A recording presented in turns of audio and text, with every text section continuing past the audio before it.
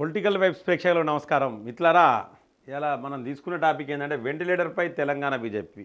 ఇక అంటే బతుకుతుందా చస్తుందా తెలియదు. మరి ఇక వీళ్ళైతే మరి ఈ జాతిరత్నాలకు గనక సర్పంచ్ ఎన్నికలు గనక ఏలు పెట్టినా, జాతిరత్నాలు ఎంపీటీసీ జెడ్పీటీసీ ఎన్నికలలో ఏలు పెట్టినా, రేపు పొద్దున జరగబోయే ఖైరతాబాద్ ఉప ఎన్నికలో ఏలు పెట్టినా గోవిందనే. ఇక సంక నాగిపోతాం మనం. ఇందులో నో డౌట్ మిత్రులారా, ఈ యొక్క చిన్న విశ్లేషణ మీరు చూసే ముందు ఈ యొక్క వీడియోని లైక్ చేయండి. ఖచ్చితంగా మీ యొక్క అభిప్రాయాన్ని కామెంట్ బాక్స్లో రాయండి. సబ్స్క్రైబ్ చేయని వాళ్ళు మన ఛానల్ సబ్స్క్రైబ్ చేయండి. బెల్ బటన్ నొక్కడం మర్చిపోకండి. మిత్రులారా, నేను ఒక వార్త చూసిన. ఆ వార్త ఏంటంటే మిత్రులారా, బీజేపీ సర్పంచ్ ఎన్నికల్లో పోటీపై బీజేపీ సంచలన నిర్ణయం అట. సర్పంచ్ ఎన్నికల్లో పోటీపై బీజేపీ సంచలన నిర్ణయం తీసుకున్నాగానే నాకు ఇట్లా గూస్ బంప్స్ అయినాయి. రోమాట్ల నిక్కి రక్తం సలసల ఉప్పొంగి ఏదో మరి మనకేదో మంచి రోజులు వచ్చినట్టున్నాయి. కానీ వార్త చదివిన మీకు కూడా చూపించాలి. ఆ వార్త ఏంటంటే, తెలంగాణలో పంచాయతీ ఎన్నికలపై బీజేపీ కీలక నిర్ణయం తీసుకున్నది. చాలా కీలక నిర్ణయం. Okay, right. వార్డు మెంబర్ స్థాయి నుండి జెడ్పీటీసీ వరకు అన్ని స్థానాల్లో బీజేపీ పోటీ చేయాలని డిసైడ్ అయిందట. అన్ని ఇన్ని రోజులు పోటీ చేయలేదన్నట్టు. 3 సార్ల నరేంద్ర మోడీ ప్రధానమంత్రి, మన తెలంగాణకు వచ్చేసరికి కిషన్ రెడ్డి 2 సార్ల కేంద్ర మంత్రి. అంటే మన అన్ని స్థానాలలో పోటీ చేసేందుకు మనకు అభ్యర్థులు లేరా? అన్ని స్థానాల్లో పోటీ చేయాలని ఇప్పుడు కీలక నిర్ణయం తీసుకో. ఇజ్జత్ అనిపిస్తలేదా? మన పరిస్థితి ఎక్కడికి పోతుంది? ఎంత దిగదారిపోతాను మిత్రులారా.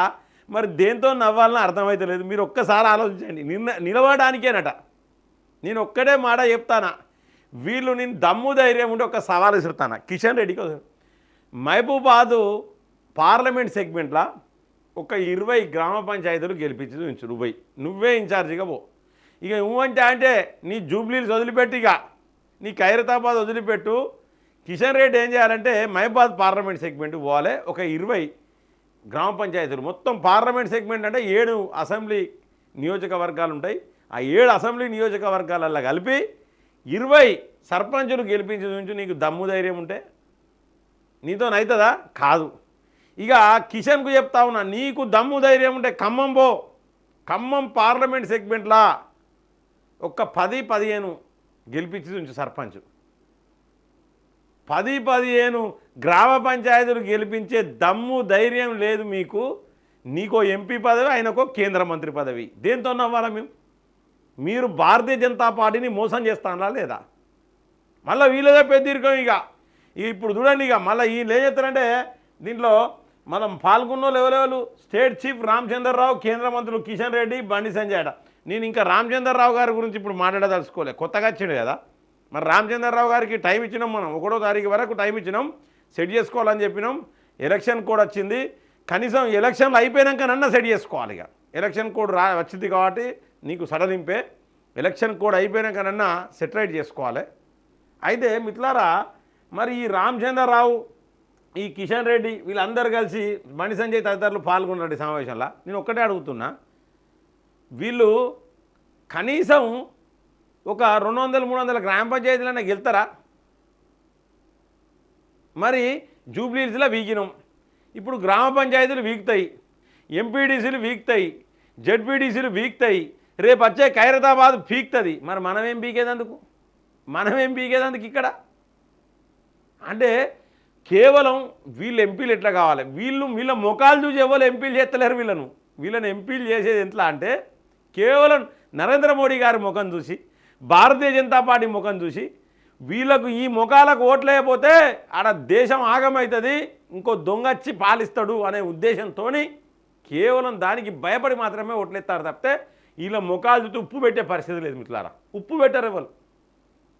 అంత దరిద్రమైన పరిస్థితులు ఉన్నది. భారతీయ జనతా పార్టీని సర్వం నాశనం చేసిర్రు, సంఖ నాకిచ్చిర్రు మిత్రులారా. సంఖ నాకిచ్చిర్రు. ఇప్పుడు సర్పంచ్ ఎలక్షన్లకు ఏం చేస్తారంటే, ఆ జిల్లా అధ్యక్షుడు మీరు నిలబడండి, ఇదో కథ. ఇంకో వీళ్ళు ఏమో పెద్ద జీతం ఇచ్చిన ఇన్ని రోజులు కాంచెలు పని చేయించుకున్నట్టు. వాడు చేసేదే సేవలు. ఊళ్ళల్లో ఒక్కొక్కరు బీజేపీ అంటే ఇట్లా రగులుతో ఇట్లా గుండె ఇట్లా చాతుబ్బిస్తారు మిత్రులారా. బీజేపీ అంటే అదొక వైబ్రేషన్. అటువంటి నాయకులు అటువంటి కార్యకర్తలు ఉన్న భారతీయ జనతా పార్టీలో వీళ్ళు నాశనం చేస్తారు ఈ జాతిరత్నాలు. ఈ జాతిరత్నాలు మళ్ళీ చేయి పెడితే కథం. నేను వెంటిలేటర్ పైన ఎందుకనంటే సర్పంచ్ ఎన్నికలు వీకినాయి అంటే కథం భారతీయ జనతా పార్టీని దేకేటోడు కూడా ఉండడు. ఉన్నోళ్ళు బీక్తారు ఇళ్ళకెళ్ళిగా. ఇక ఉన్నోళ్ళు ఆత బీక్తారు, బీఆర్ఎస్కు కాంగ్రెస్కు ఆత బీక్తారు. ఎవరో ఇక మీరు అంటారు చూసిర్రా కట్టర్ ఒక గవసంటోళ్ళు ఎవరన్నా అందులో కూడా చాలా మంది బీకిరు. కొంతమంది కట్టర్ అంటే వాళ్ళు కూడా బీకిరు చాలా మంది. ఇప్పటికే లిస్ట్ కావాలంటే చెప్తారు రేపు మాపు. మిట్లారా సర్పంచ్ ఎన్నిక మళ్ళీ వీళ్ళదే పెద్దరికం. ఇక వీళ్ళదే పెద్దరికం. ఇప్పటికన్నా కొంచెమన్నా జ్ఞానం తెచ్చుకొని ఓ నియోజకవర్గానికి 5 సర్పంచులు 4 సర్పంచులు అన్నా గెలిపించుకుందాం, ఇజ్జతి కాపాడుకుందాం అనే ఆలోచన ఉన్నదా? ఉండదు. వార్డు మెంబర్ అయినా గెలిపించుకుందాం, గ్రౌండ్ లెవెల్లో పార్టీని బలంగా తయారు చేద్దామని అది ఉండదు. ఇక ఎందుకంటే ఇవి మన ఎలక్షన్స్ కావు. వీళ్ళు ఒక్కసారి ఎప్పుడన్నా సర్పంచ్ ఎన్నికలన్నా మనిషికో 10 లక్షలు 15 లక్షలు పార్టీ ఫండ్ ఇచ్చి నిలబెట్టిర్రు ఎక్కడన్నా? నిలబెట్టరు. ఇట్లారా ఇంకోటి పార్టీ ఫండ్ కూడా మాయమవుతుందట.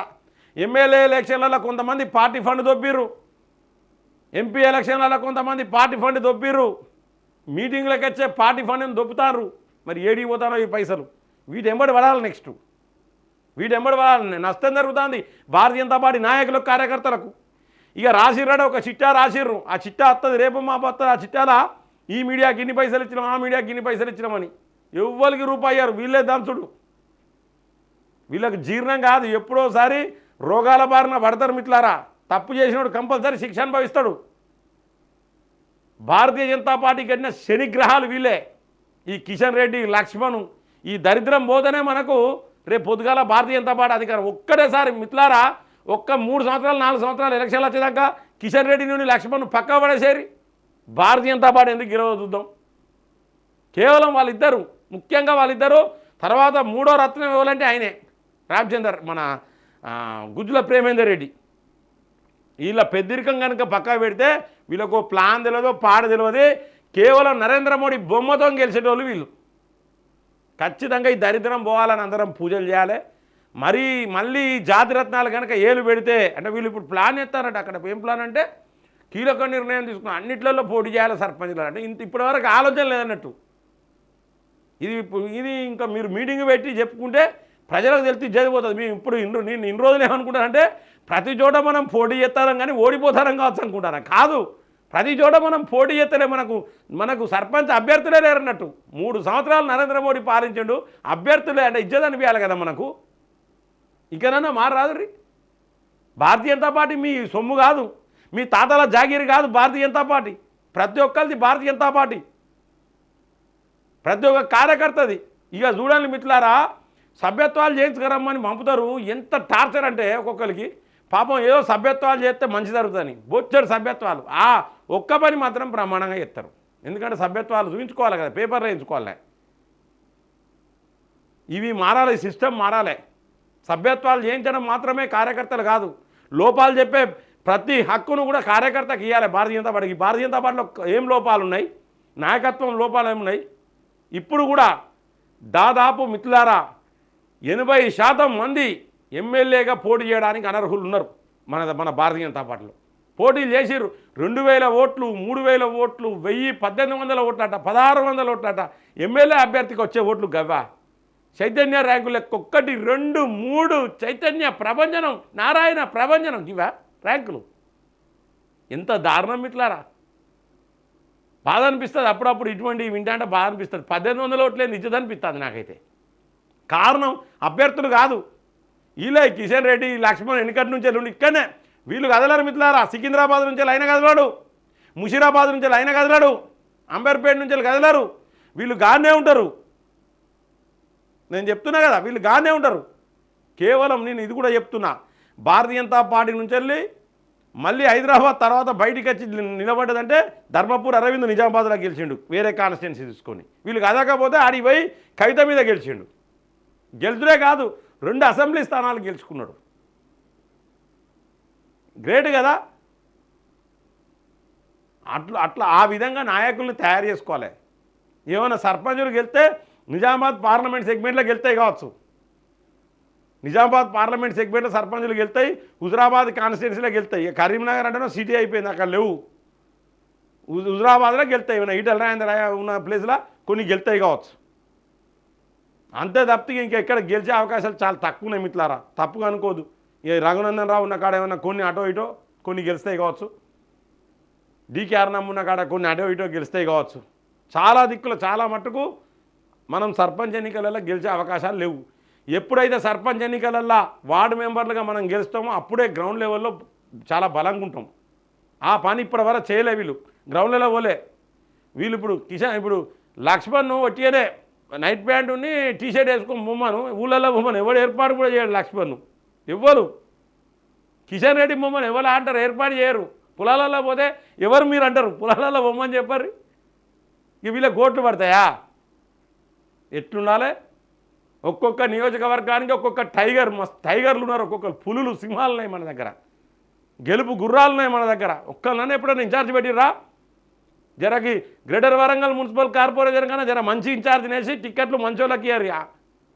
వాటి నెంబర్ పడాలి. ఇంకా ఇది ఉన్నది, ఇంకా జీడబ్ల్యూఎంసీ ఎన్నికలకు సంబంధించి దాని నెంబర్ కూడా పడాలి మిత్రులారా.